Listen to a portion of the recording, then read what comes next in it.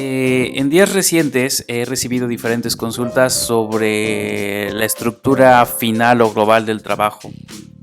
Para muchas personas una forma de poder organizar o de pensar ese trabajo es desde algo bastante global como puede ser el índice.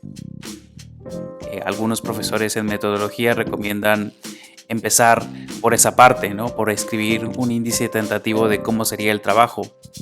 Es un ejercicio adecuado, pero muchas veces también puede resultar un poco estresante o puede generar ansiedad si no sabes exactamente cómo conducir tu trabajo. Existe una forma bastante genérica de hacerlo y es identificando los principales aspectos o componentes del trabajo de investigación, es decir, teniendo una idea general de cómo va a ser esa memoria final de trabajo de fin de grado, de trabajo de fin de máster o la tesis. Si revisamos diferentes tesis en repositorios o trabajos de fin de grado, nos daremos cuenta que prácticamente todos tienen los mismos componentes, los cuales también son de alguna forma los componentes estandarizados empleamos para poder informar o para poder dar cuenta de los trabajos de investigación. Cualquier artículo, cualquier informe, básicamente se estructura en estos 6 componentes que voy a presentar y que los pueden ayudar a poder también a definir la introducción de vuestro trabajo. Bueno, un primer componente es el planteamiento de la investigación y este capítulo tiene básicamente como propósito exponer la formulación del trabajo. Es decir, contextualizar el objeto de estudio, que es lo que estoy investigando, el punto de vista, el punto formal, el punto desde el cual estamos partiendo para analizar el trabajo, el propósito de la investigación con sus preguntas, objetivos, hipótesis y dar cuenta de la justificación del mismo.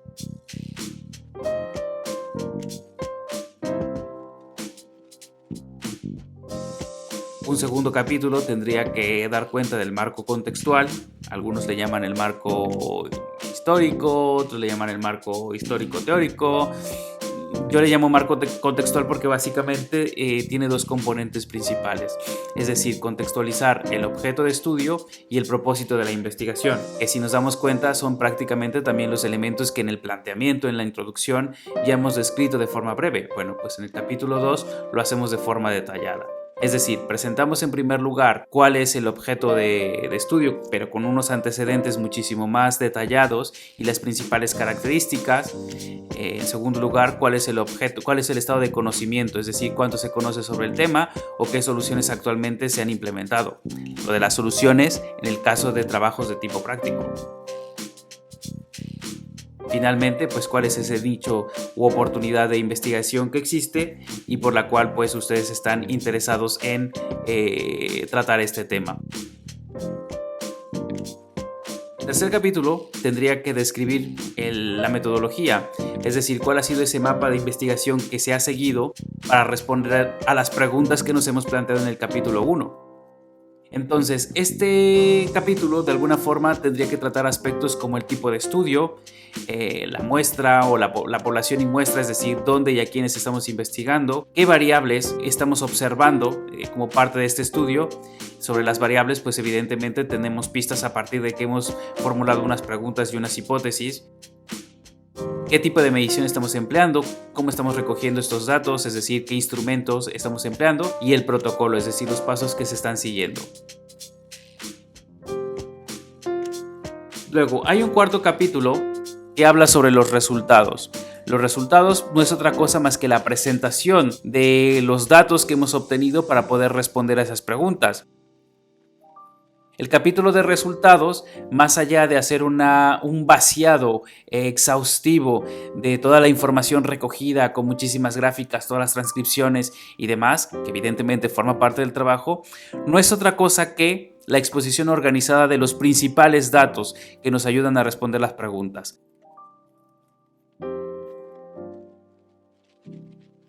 Esa exposición pues tiene que ser organizada, sistematizada y nos tendrá que permitir pues dar cuenta de los diferentes componentes que responden a esas preguntas. Generalmente acompañamos esos resultados con gráficas, bueno, con evidencia, ¿no? Que pueden ser gráficas, figuras, tablas, etc.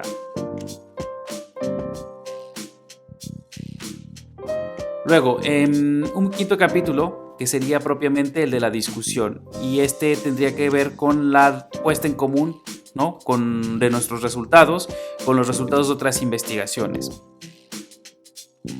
Se trata también de una exposición organizada, de acuerdo a las preguntas, ¿no? de investigación. También podría ser poniendo énfasis en los diferentes temas o problemas que consideremos más necesarios o más importantes según nuestra investigación. Tiene como principal componente la exposición clara y argumentada de nuestro trabajo con relación a la teoría o a los estudios anteriores en la línea, ¿no? Por eso es que se llama discusión, porque se trata de un diálogo de nuestra evidencia con otros estudios. En el caso de los trabajos prácticos, vale la pena mencionar, ¿no? que, por ejemplo, no hay discusión, y esta discusión evidentemente se sustituye. A ver, no es que no haya discusión, a ver, la discusión más bien estaría orientada a presentar cómo esos resultados nos han ayudado a construir un producto o una propuesta específica.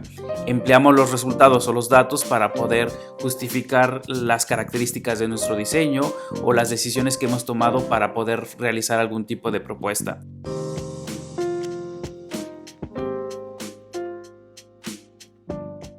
Finalmente, la parte de conclusiones nos ayudará a cerrar de forma sintetizada cuáles han sido los principales alcances, limitaciones de nuestro trabajo y cuáles serían los siguientes pasos. Aquí lo que básicamente tenemos que hacer es trabajar mucho la parte de sintetizar, de poder de forma bastante clara y bastante sencilla decir, bueno, si se han alcanzado los objetivos de investigación, hasta qué punto hemos podido indagar respecto a nuestras preguntas o hipótesis, reconocer las principales limitaciones y dejar en manifiesto cuáles son esas líneas futuras de nuestro trabajo, que nos gustaría continuar a lo mejor en un trabajo de tesis de maestría, tesis doctoral, o simplemente que dejamos abierta para otras personas que también están investigando sobre el tema. Esa es, digamos, la descripción. Voy a presentar ahora aquí abajito, que después les comparto el documento, cuáles serían como esos componentes clave, esa chuleta, ese armazón, ¿no? de ese esqueleto de índice.